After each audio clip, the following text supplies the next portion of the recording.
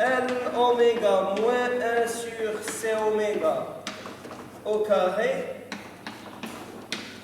égale à VM au carré.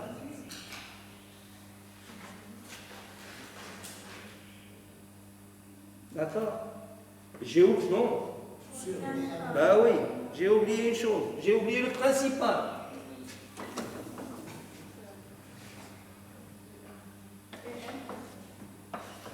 Fois IM au carré égale à VM au carré. Maintenant, c'est correct. Ça veut dire que VM égale à IM racine de R carré plus M oméga moins 1 sur C oméga au carré. Autrement dit, je vais avoir IM, il est égal à VM sur racine de R carré plus L oméga moins 1 sur C oméga au carré. Là, voilà la valeur maximale du courant.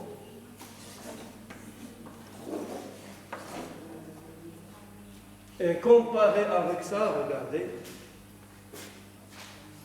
c'est le même résultat.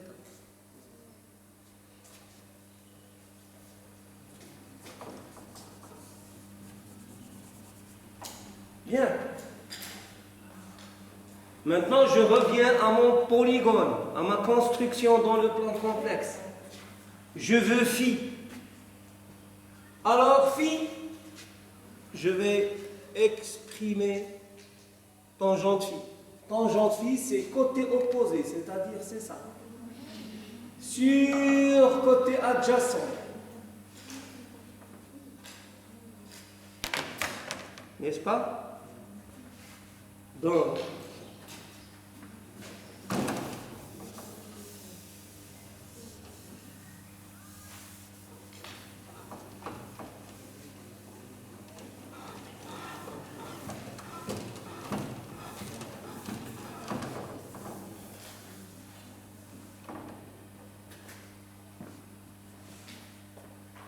alors regardez s'il vous plaît.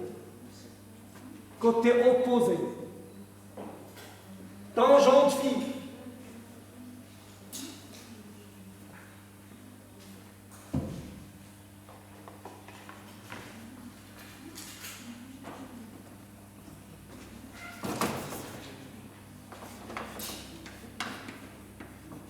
Tangente phi, il est égal à quoi? L oméga IM moins 1 sur C oméga IM sur R IM. Ça veut dire c'est L oméga moins 1 sur C oméga sur R. Ça veut dire que phi, c'est arc tangente L oméga moins 1 sur C oméga sur R. C'est la même expression exacte.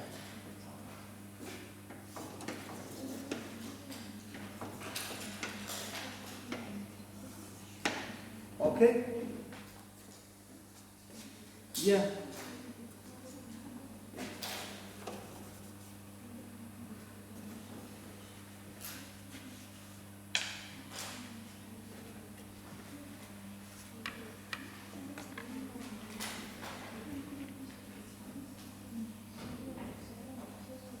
On nous dit, on nous pose la question suivante. Déterminer la pulsation oméga 0 correspondant à la résonance du courant. Ça veut dire je vais effectuer, ça c'est la question numéro 4. La question numéro 4. Donc, je vais effectuer une variation de oméga de 0 jusqu'à l'infini. Je vais balayer tout le spectre des pulsations, ou bien tout le spectre des fréquences. Je vais varier oméga et je vais effectuer une étude en fonction de la pulsation oméga ou bien de la fréquence phi, comme vous pouvez.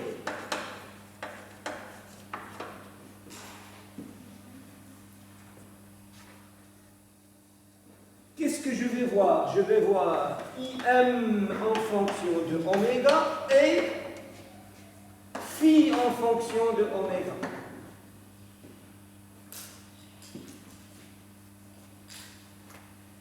Et voilà IM. IM, c'est ça. Et phi, c'est arc tangente L oméga moins 1 sur C oméga sur R. D'accord? Alors, en basse fréquence, c'est-à-dire lorsque oméga tend vers 0,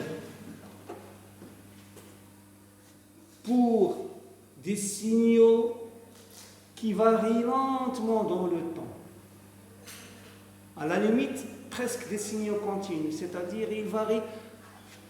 Lorsque oméga tend vers 0, ça veut dire la période t tend vers l'infini. Pour des signaux qui ont une période très grande. Qu'est-ce que je peux dire? Alors, le module de ZL, c'est quoi? C'est L oméga. Le module de ZL, il tend vers quoi? Il tend vers 0. Si le module de ZL tend vers 0, ça veut dire que la bobine, elle est équivalente à un fil. Ça veut dire que la bobine, elle va laisser passer les basses fréquences. Toutes les basses fréquences vont passer. Il n'y aura pas de problème. Elle ne va pas s'opposer au passage du signal. En revanche, regardez ZC, c'est 1 sur C oméga, il va tendre vers l'infini. Ça veut dire que la capacité, elle est équivalente à quoi? C'est un interrupteur K qui est ouvert. Donc, la bobine va laisser passer le signal, la capacité va l'empêcher. Si la capacité l'empêche, la capacité elle est montée en série avec la bobine. Donc le signal ne passe pas. D'accord? Alors, dans ce cas, regardez s'il vous plaît. Vous avez ZC très supérieur par rapport à ZL. Donc vous avez, c'est ce qu'on appelle un circuit capacitif. La capacité l'emporte par rapport à la bobine. La capacité, ou bien le condensateur, en réalité c'est le condensateur. Le condensateur l'emporte par rapport à la bobine. D'accord? Donc, dites-moi, IM de oméga, il tend vers quoi? Il tend vers 0. Le montage RLC ne peut pas répondre parce que la capacité, elle bloque. Il n'y aura presque pas de passage de courant dans la main.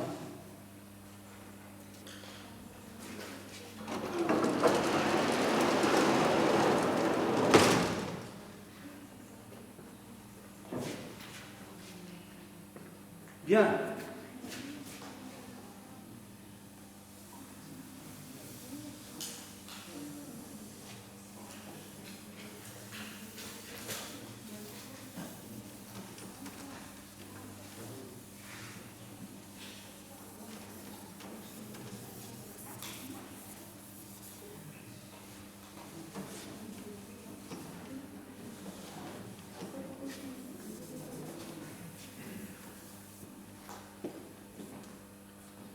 D'accord? Pas de passage du grand travail. Regardez phi. Phi, elle va tendre vers quoi? IM de oméga tend vers 0. Et tangente phi, elle tend vers quoi? Moins l'infini tangente phi. Ça veut dire que phi tend vers moins pi sur 2. Si phi tend vers pi sur 2, donc le courant, c'est vrai, il est très faible, mais le courant est en avance par rapport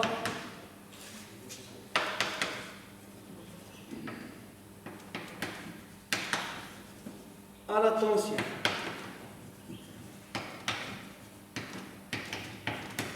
À la tension V de T.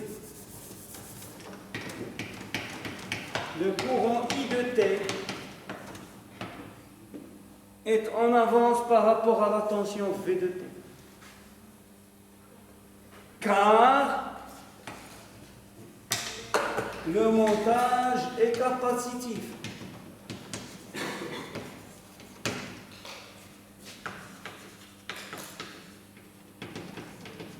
Quand je dis la capacitif, ça veut dire que 1 sur C oméga supérieur à L oméga. La capacité, le condensateur l'emporte. Donc ceci, c'est pour les basses fréquences.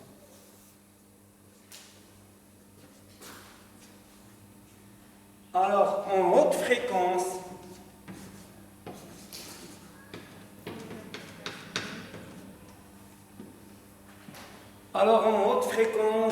oméga tend vers plus l'infini, c'est-à-dire pour de très grandes pulsations, pour de très grandes fréquences.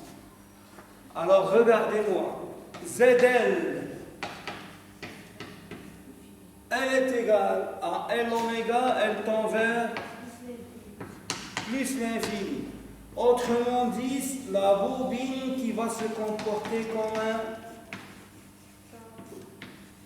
un interrupteur K ouvert. C'est la bobine qui va bloquer les hautes fréquences. ZC, elle est égale à 1 sur C oméga. Elle tend vers 0. Et la capacité, elle va se comporter comme un fil. Donc la capacité, elle va laisser passer les hautes fréquences, mais la bobine va les bloquer. Tout à l'heure, c'était les rôles opposés. C'était la bobine qui laissait passer les basses fréquences et la capacité les bloquer. Ok? Maintenant, on va voir la réponse, le courant.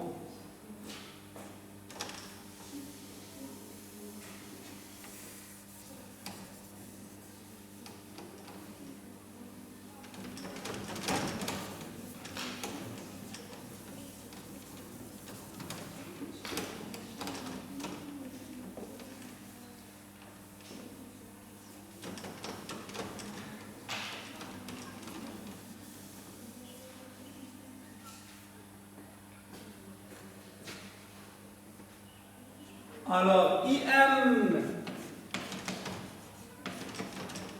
de oméga est envers.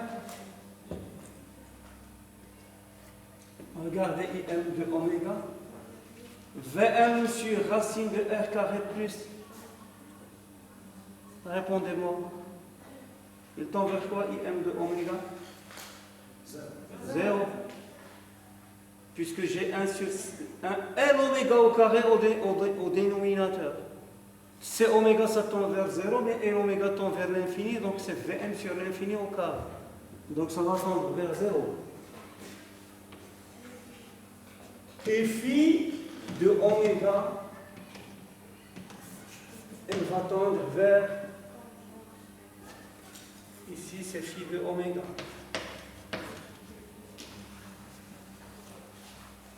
Phi de oméga est en vert.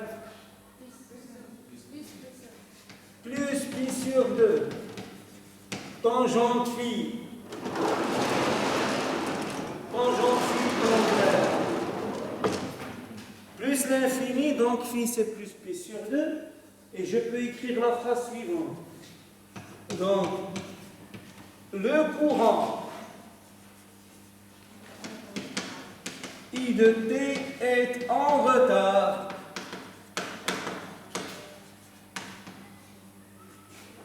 par rapport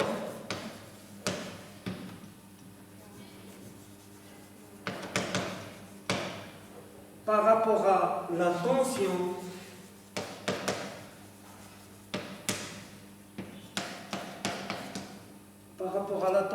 V de t par rapport à la tension V de t, ok, car le montage est comment? Très bien, est inductif. Et quand je dis inductif, ça veut dire que 1 oméga très supérieur par rapport à 1 sur C oméga.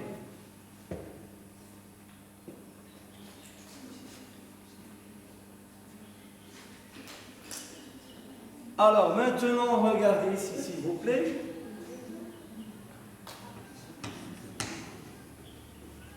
Je vais me situer au milieu. Ni haute fréquence, ni basse fréquence.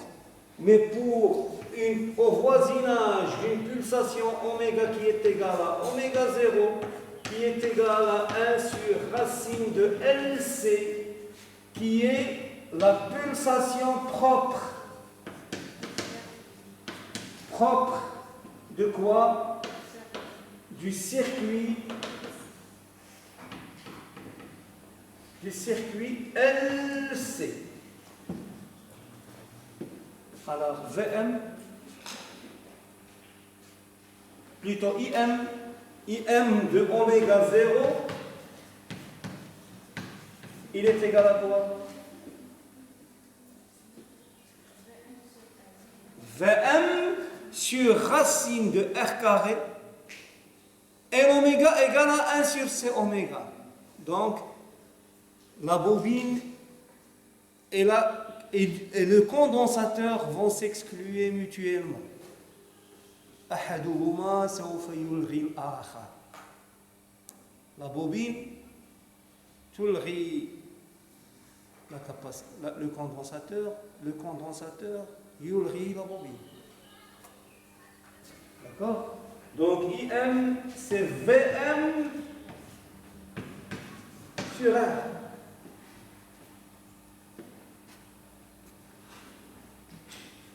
Ça d'une part. D'autre part, phi de oméga 0, il est égal à quoi?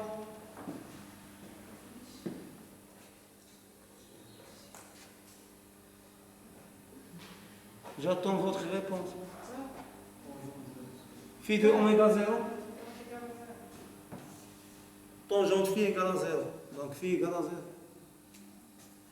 Qui est-ce qui est en avance par rapport à l'autre? Ils sont en phase. Ils ne sont ni en avance, I n'est ni en avance ni en retard. I de T est en phase avec V de T. على توافق في الطاقة. D'accord? Et cette situation, ça correspond à ce qu'on appelle la résonance électrique.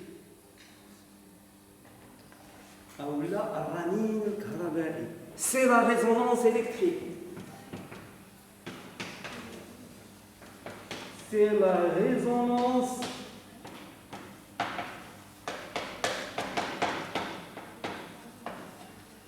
la résonance électrique.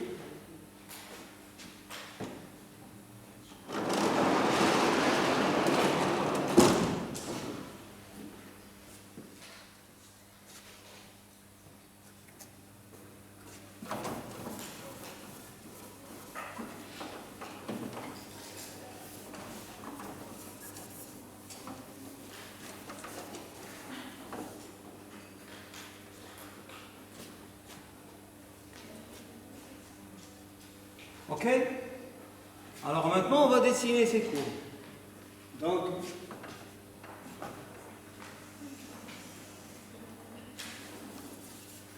Donc ici, j'ai oméga. Ici, j'ai la valeur Im de oméga. Et ici, j'ai oméga 0, c'est-à-dire oméga égale à oméga 0. Regardez s'il vous plaît.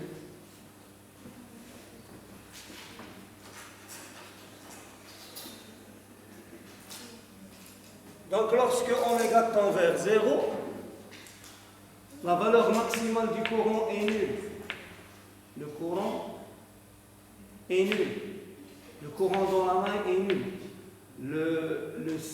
Le montage RLC en série ne répond pas. Il est excité, mais il ne répond pas. De même, lorsque oméga tend vers l'infini,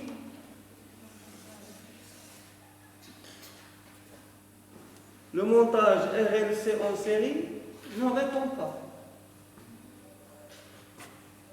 Et pour oméga égale à oméga 0, la réponse est la valeur maximale de la réponse, c'est-à-dire la valeur maximale du courant, Im de oméga, est maximale. Elle est égale à Vm sur R.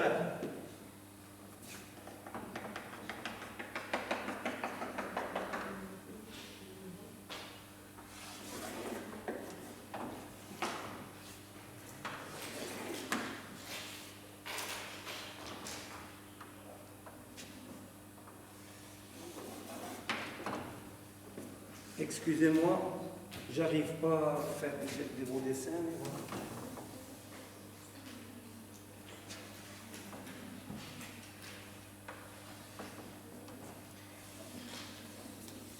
Bref. Alors, ça c'est oméga égale à oméga 0. Alors, pour oméga,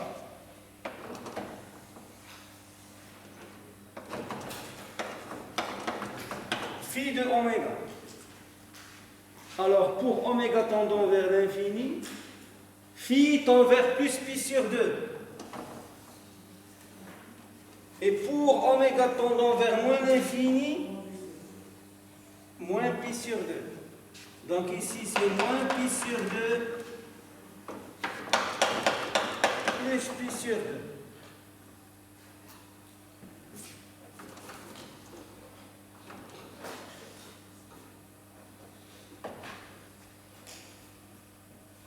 Ok?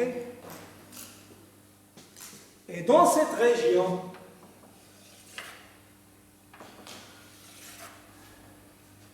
en réalité, elle est plus large. En réalité, regardez, je vais vous la dessiner à peu près ici. Alors, dans cette région, c'est ce qu'on appelle ici la résonance.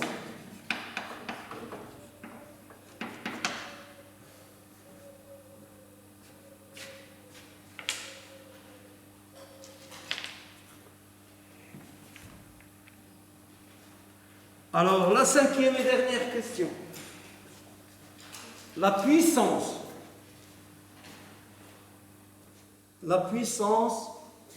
moyenne utile, active ou bien réelle, c'est-à-dire c'est la puissance qui est susceptible d'être convertie en un signal audio. Par exemple, si je suis en train d'écouter de la musique avec une radio, c'est la puissance reçue par le récepteur radio qui est susceptible d'être convertie en musique. Donc, cinquième question.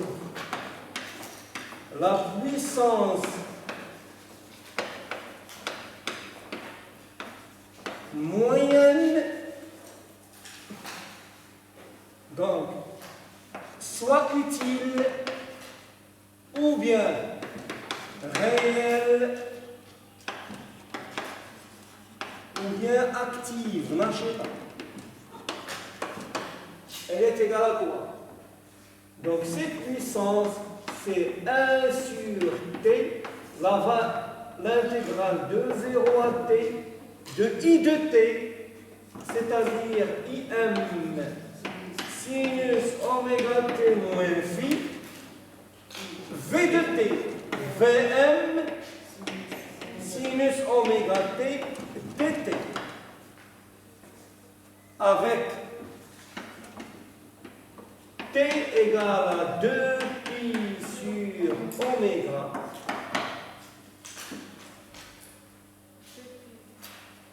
d'accord, t égale à 2pi sur oméga. Alors cette puissance P, si vous effectuez le calcul, vous allez trouver c'est V efficace fois I efficace fois cosinus phi. V efficace fois I efficace fois cosinus phi, c'est-à-dire c'est Vm sur racine de 2 fois Im sur racine de 2 fois cosinus phi. Autrement dit, cette puissance, elle est maximale lorsque phi est égal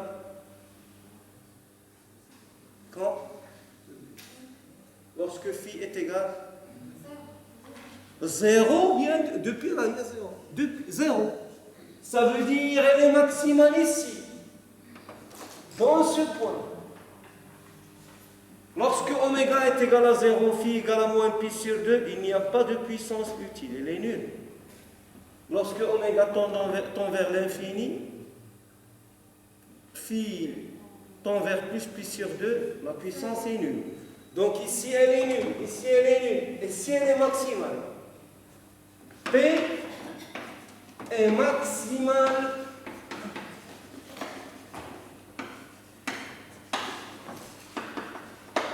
à la résonance.